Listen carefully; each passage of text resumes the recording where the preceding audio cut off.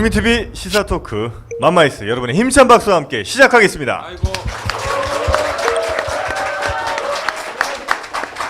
네, 안녕하세요. 저는 맘마이스의 정영진이고요. 네, 저는 많이 아픈 최욱입니다. 네. 안녕하세요. 김용민입니다. 반갑습니다. 아. 예. 저는 이분에게 이런 그 수식어를 붙이고 싶습니다. 이 시대 마지막 로맨티스트. 로맨티스트요? 팩트예요? 그럼 너겠니?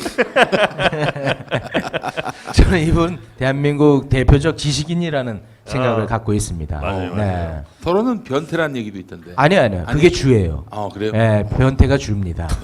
네네네. 더러는 변태가 아니라 더러가 아니라 네. 더러운 변태예요. 네, 대체로 변태. 더러 정상인. 네. 진정한 문파 문화평론가 김갑수 선생님 모시겠습니다. 큰 박수 부탁드립니다. 어서 오십시오.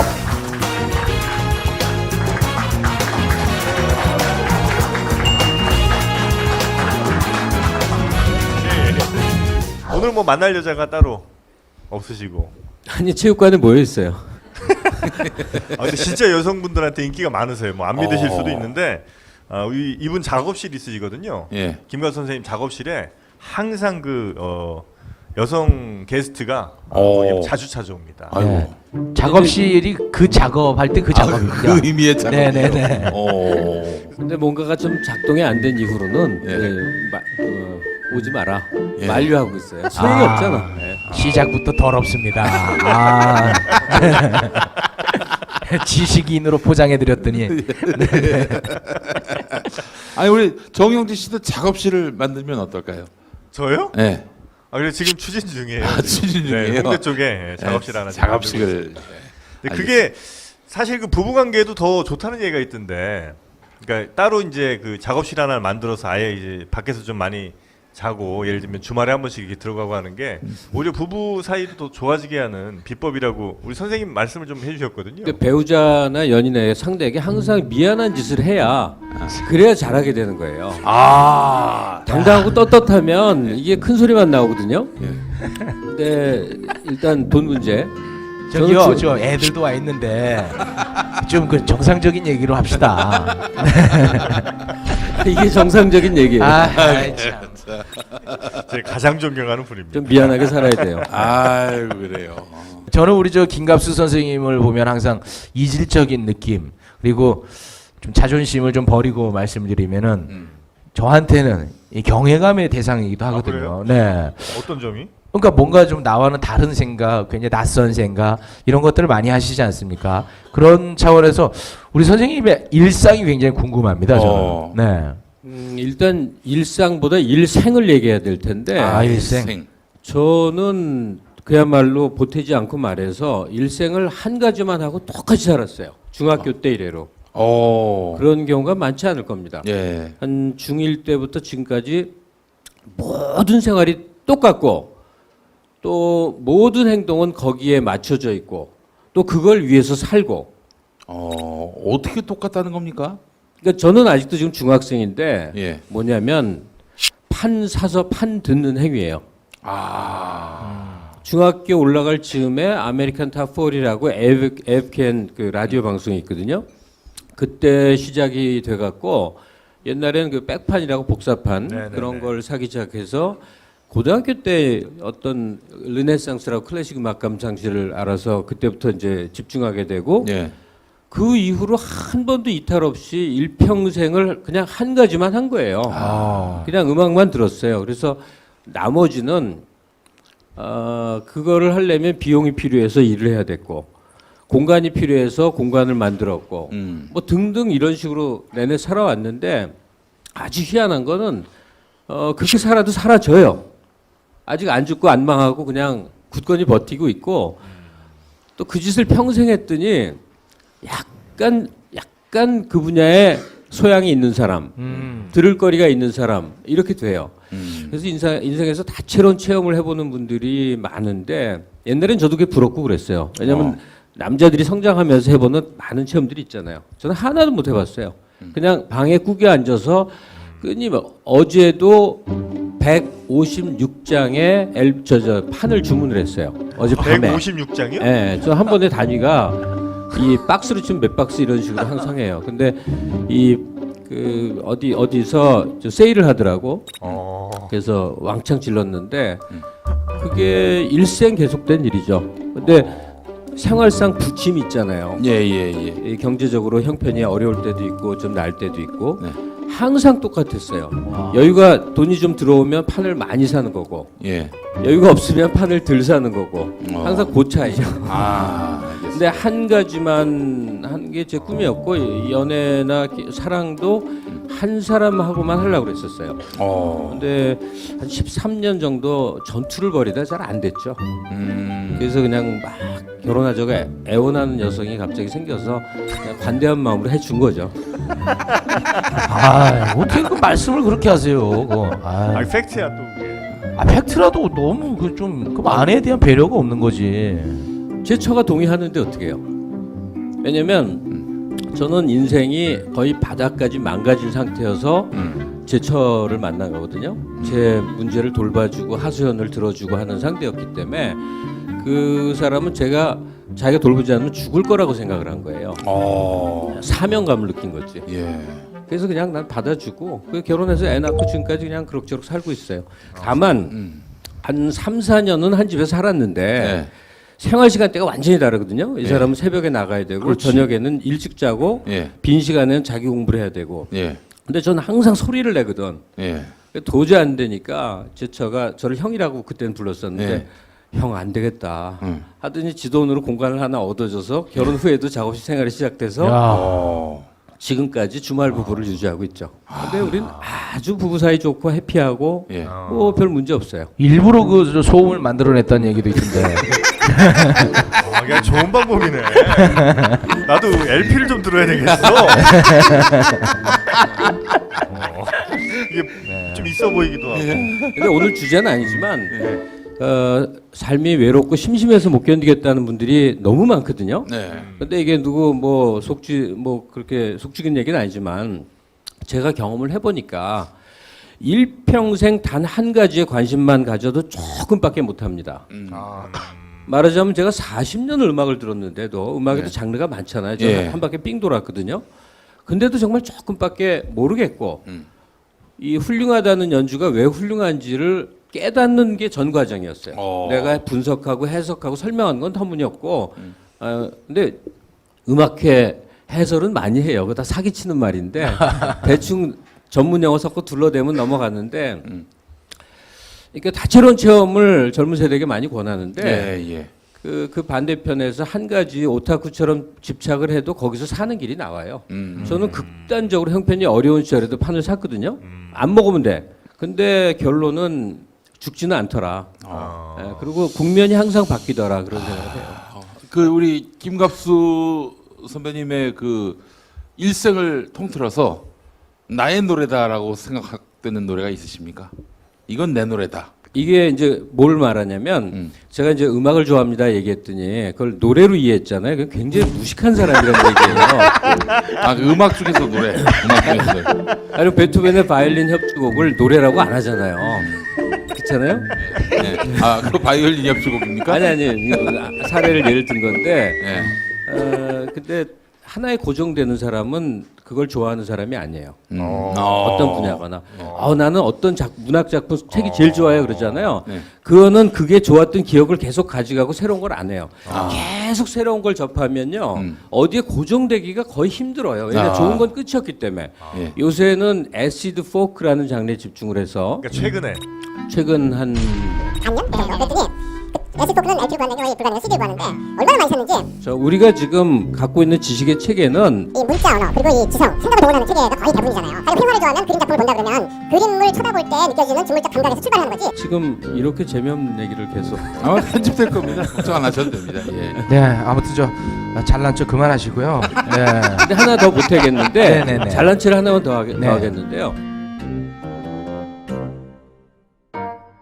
어느 인생의 어느 시점에는 내가 왜 살지? 내 의미는 뭐지? 이런 근본적인 문제에 봉착을 하게 되거든요. 사춘기 때 한번 겪고 좀 지난 다음에 약간 중년기 한번 더 접하게 되는데 그럴 때 외적인 것들, 돈이나 관계나 자기 지위나 스테이터스나 이런 데서 자기 충족을 찾으려고 그러면 늘 허무해집니다. 나보다 항상 우월한 존재들이 있기 때문에. 그래서 자족이 제일 자기가 스스로 충족돼야 하는데 이거 들을만하다. 그러기 위한 대상은 인간이 가장 극단적으로 고양돼 있는 상태의 어떤 것들이에요. 근데 그게 예술 작품이거나 문학 작품이에요. 그것과 교류하는 것이 자기 충족으로 가장 이 좋은 가치가 된다는 것이죠. 야. 네. 박수 무릎을 치게 되네. 와. 난 이제 깨달았어. 그래요? 뭐에 빠질래요 그러면 최욱 씨는? 나 여자애. 그게 아니라잖아. 근데 진짜 맞는 말씀인 것 같아요. 아니, 저는 오늘 시사 현안 얘기하라는 줄 알고 왔어요. 그거보다 더 근본적인 이야기죠. 알겠습니다. 자, 그러면 이제 본론으로. 원하시는 시사 현안으로. 혹시 어떻게 이걸 좀 여쭤봐도 괜찮을지 모르겠는데 최근에 인터넷에서 굉장히 화제 혹은 뭐 논란됐던 것 중에 하나가 문바 논란 있지 않았습니까? 그만해 이제. 하지마? 정말 붉은 시사죽 많이 먹었잖아. 그래서 요걸 이쪽으로 좀 돌려보려고 그래.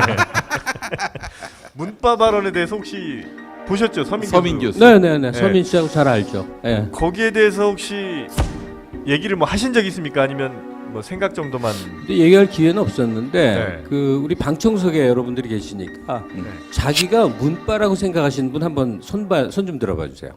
문바. 앞에 한 분, 두 두 분, 두 분밖에 없어요? 놀랍다. 세 분, 네 분, 네 다섯 분. 그러면 자기가 종북이라고 생각하는 사람 손 들어봐 주세요. 정부. 한 분, 두 분. 자기가 빨갱이라고 생각하시는 분 손 들어봐 주세요. 다 드셨네요. 저는 종북이고 문바이고 빨갱이에요. 그리고 그게 매우 자랑스러워요. 내가 종북이요? 예. 제가 이렇게 하고는 안 돼. 뭐 하는 거야 지금? 아이고 참. 요즘은 이제 예능만 나갔는데 예전엔 낮에 막 종편 시사 이런 거 많이 하잖아요. 예. 그게 박정진 씨가 진행하던 프로인데 뭐더라? 캐도남마. 캐도남마. 거기 나가서도 몇 번 생방 중에 저쪽이 편집할 수 없는 상황에서 전 종북입니다. 종북이란 자랑스러운 종북이에요. 종북 주장을 많이 했어요. 예. 큰일 났다. 왜 종북이냐? 제 핸드폰으로 종북 척결 국민회의라는 데 문자가 날아온 거예요. 실수로. 그랬더니 막 조항인데 인권과 민주주의를 과도하게 외치는 자가 종북의 정의였어요. 그러면 난 종북이야. 그리고 상대가 나를 공격하기 위해서 우리를 공격하기 위해서 종북이라 그러면 나는 종북이 아닌데 할 필요가 뭐가 있어요. 뭘 해도 너는 나를 더 뒤집어 씌우려고 그러는구나. 오케이, 나 종북이야. 그래서 어때서? 경찰에 신고해. 나 종북이야. 문바는 조금 다른 맥락인데 저는 문재인 대통령이 내가 섬기는 권력자라는 생각을 단 한 번도 해본 적이 없어요. 우리가 만든 대통령이어서 나의 연장이라고 생각해요. 우리의 연장이고 우리의 대표 선수로 생각하지 내가 문재인 대통령을 모십니까? 예? 아니잖아요. 네네. 난 자랑스러운 문바예요. 이게 노무현 대통령 시절에 뼈저린 체험 때문에 그렇습니다. 노무현 대통령기에 가장 유행한 말이 뭔지 아세요? 노빠란 말인가요? 아니, 그때 많이 소위 진보 지식인들이 무슨 말만 하면 첫 마디가 나도 노무현을 좋아하지는 않지만 말이야. 그러고는 올바른 소리 시작해요. 나도 노무현 지지자는 아니지만 말이야. 한 발 빼. 권력하고 유착되면 좀 깨어있는 사람이 아니라는 그 오랜 고정관념. 그러니까 노무현도 대통령 지위를 가졌으니까 권력자로 본 거예요. 그래서 한 발 빼고 뭐 이런 거예요. 서민 씨는 왜 그랬을까? 서민 씨는 예쁜 사람이에요. 생각도 올바르고 굉장히 좋은 사람이에요. 근데 앞으로도 많은 서민이 나타날 거예요. 그거는 어떻게 이해를 해야 되냐면 이념적으로 리버럴리즘이라고 얘기할 수 있어요. 정말로 어디에도 매이지 않는 사람. 자유주의자. 예. 독재 시절에는 리버럴리즘이 마치 민주 투사처럼 보이는 거예요. 그 리버럴리즘이 가장 두려워하는 게 집단주의적 열정이에요. 그걸 무지하게 두려워합니다. 왜? 이게 홍위병이나 나치 유겐트나 이런 역사적 체험들을 떠올리거든요. 북한의 그 종교적 열정이나 이런 걸로 바로 연장이 되거든요. 그러니까 집단주의적 열기는 전부 광풍이라고 생각하고 그것은 굉장히 위험한 거라고 생각하고 가령 유럽에서 내셔널리스트 이거 뭐예요? 최고의 욕이에요. 근데 우리는 민족주의자? 자랑스럽잖아요. 나는 친채호 김구 선생을 사랑하는 민족주의자야. 왜? 우리는 민족주의에 의해서 해방투쟁의 경험을 했지 민족주의에서 600만 명을 가스실에다가 쳐넣어서 죽인 체험이 없거든. 이게 경험의 차이예요. 그러니까 지식인들이 주로 그런 리버럴리즘에서 출발해서 집단주의에 대한 두려움을 갖는데, 자, 우리는 가만히 생각을 해봅시다. 지금 이 시점에 한국을 뭐라고 정의해야 되느냐? 뭐라고 정의해야 되느냐? 예. 문재인 대통령을 포함해서 이제 겨우 공화정을 수립해가는 과정이에요. 왕정을 거쳐서 공화정을 이제 겨우 수립해가는 과정에 첩첩산중이 다 뭐냐면 사회 기득권층들은 왕권 의식에 기대어서 그 기득권을 지키려고 하니 싸움인 거예요. 예. 지금은 투쟁기예요. 그러니까 문바라고 하든 뭐든 지배 언론들은 가장 이 상대 측을 타격할 수 있는 언어를 개발을 해요. 계속 변해가는데 지금 그게 문바론일 거예요. 그래서 맹목적 추정자, 박바나 문바나 뭐가 달라? 뭐가 같아요? 여러분들 뭐가 같아요? 아니 굳이 따지면 열정적 지지자라는 점에서는 어쩌면 동일할 수 있어요. 근데 근본적으로 뭐가 다르느냐? 박바는 왕당파들이에요. 근데 왕이 아니잖아요. 그럼 뭔지 아세요? 왜 그 용어를 자주 사용하지 않는지 모르겠는데 우리는 총통제를 체험했단 말이에요. 그리고 그 총통제를 굉장히 열광적으로 그리워하고 따르는 사람들이 엄청난 다수, 특히 노령층의 거의 다수들은 그렇단 말이에요. 네. 그 총통제가 언제 있었죠? 유신 체제가 총통제였던 거예요. 한 사람이 왕과 똑같이, 그러나 왕의 신분은 갖지 않는 입법, 사법, 행정권을 틀어쥐면 그게 총통제예요. 유신이라는 총통제를 겪었는데 그 강력한 힘에 지금도 회기적 열정을 가진 사람들이 있는 거예요. 그러면 이 사람들은 뭐냐 하는 거예요. 도대체 박바 내지는 이런 그 왕당파적인 생각, 즉 총통에 대한 열정을 갖고 거기에 대해서 막 몸부림치는 사람들은 도대체 왜 그럴까? 그거 한번 생각해 보자고요. 옛날 책을 하나 얘기할게요. 자유로부터의 도피라는 책 혹시 들어보셨어요? 왜 제3제 나치라는 게 독일같이 멀쩡한 나라에서 왜 생겼느냐를 분석한 책인데 노예가 노연하니까 두려움 때문에 그런 짓을 한 거예요. 자유시민으로서 내가 스스로 자각해서 내 인생과 내 운명을 선택해서 살기가 두려운 거예요. 그러니까 우리가 지금은 편의상 보수라고 부르는 사람 덩어리들은 어떤 의식을 갖고 있냐. 보수의 한 줌밖에 안 되지만 가장 강력한 지배력을 행사하는 사람들은 한국 사회 지배계층, 그 기득권층이에요. 예. 대기업 소유자들, 언론 권력의 대학을 갖고 있는 학원 소유자들, 뭐 이런 층들이지만 그 사람의 숫자로 보면 소수예요. 예. 근데 압도적 다수는 누구냐? 저학력, 저소득, 고학령층이에요. 저학력, 저소득, 고연령층이에요. 나이 많고 못 배우고 생활이 어렵고 이분들의 그 열정은 뭘로 이해해야 되느냐? 딱 한마디로 저희가 가는 거죠. 노비의식인 겁니다. 강력한 상전 하래에서 장원에서 일을 하면 밥은 먹고 살았거든. 근데 네 운명을 네가 알아서 해라라고 놔주면 미치겠는 거예요. 그러면서 누군가 전두환처럼 박정희처럼 꽉 잡아주는 그런 상징물에 대해서 열정을 갖는단 말이에요. 그것과 싸우고 있는 사람들이 문바란 말이에요. 여러분 자랑스럽잖아요, 문바인 게. 왜 손 안 드세요? 문바 다시 한번 손 들어봐 주세요. 전원 다 들었습니다. 야, 우리는 자유민이 되고자 하는 과정이에요. 이거는 큰 틀의 얘기인데 자유민이 되고자 하는 과정 속에 있는 일종의 전사 같은 역할을 자임한 사람들이 문바지 문재인이라는 개인에 대한 열성적 추종자들하고는 조금 거리가 있는 거죠. 다만 단기적으로 노무현을 체험했듯이 현직의 대통령으로 만들어 놨으니 시시비비를 가리자는 리버럴리스트하고도 또 싸워야 되는 문제가 생긴단 말이에요. 왜? 이게 정권은 잡았지만 윗대가리 하나 잡았고 중간 하부는 아무것도 못 건드리고 있잖아요. 적폐가 지금 적폐청산하기도 해요. 지금. 우병우를 왜 못 집어넣었어요 그동안? 우병우가 입을 열면 검찰에 법원에 다칠 사람이 수두룩하니까 어떻게든 덮고 싶었는데 지금은 넣었지만 우병우는 엄청난 칼을 갖고 있다는 뭐 이런 식의 내부에 모든 상층 기득권 내부에는 아직도 이 구세력의 이 칼들이 그냥 도체 도사리고 있다는 말이죠. 이럴 때는 시시비비의 기간이 아니란 말이에요. 그래서 대통령을 엄호하고 사랑하고 존경하고 그리고 특히나 저쪽의 왜곡에 대해서 엄청나게 많습니다. 저번에 방중 외교에 대해서 경험했지만 정말 터무니없이 이제 덮어 씌우잖아요. 그런 거에 대해서 자기 목소리 내는 사람들이 문바예요. 그래서 자랑스러운 종북, 자랑스러운 문바, 예, 그렇게 생각을 합니다. 야 죽이네. 아 확실히 김갑수 달라. 다른 표도 인정. 뭐가?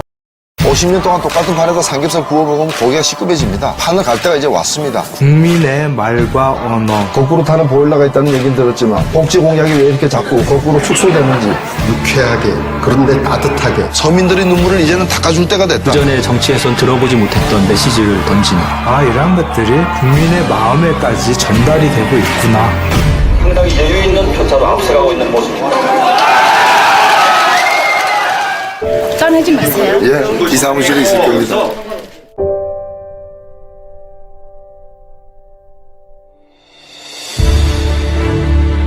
함께 비를 맞지 않고서 우산을 씌워준 거 이거 다 거짓이라는 거예요. 공감해야 된다는 거예요. 그럼 장애는 개북한 못하는 거예요? 기약 없는 일, 알아주지 않는 일, 하지만 꼭 해야 하는 일, 그분은 하셨잖아요. 평생을 걸고. 민주주의가 정말 민주주의가 아니더라. 그걸 폭로하고. 법 앞에 만인이 평등하다고 생각하십니까? 법 앞에 10,000명만 평등하다 이런 생각 사실 듭니다. 평생을 꿈꿔왔던 일을 하는 거니까 좋은 거죠. 예, 저는 뭐 때리면 맞는 체질이 정치인 노회찬은 노동운동가 노회찬과 같은 사람이었고 휴머니스트로서의 자연인 노회찬과도 같은 사람이었습니다. 사실 노회찬은 낭만파예요. 잘 놀고 악기 하나 정도는 할 수 있는 문화적으로 그런 나라까지 꿈꾼 거죠. 여러분들과 함께 가져가고자 합니다. 여러분 준비되었습니까? 벚꽃은 떨어질 때가 제일 멋있어.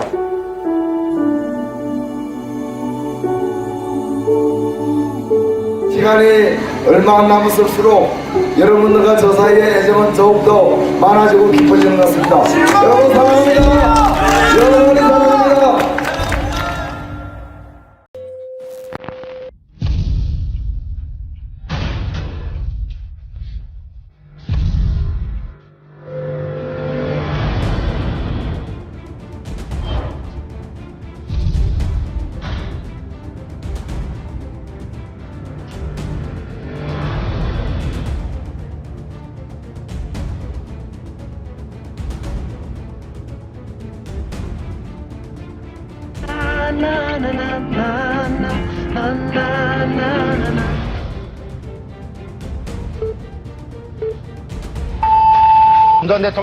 전두환 대통령은 오늘 박근혜 대통령이 오늘 네덜란드로 떠났습니다.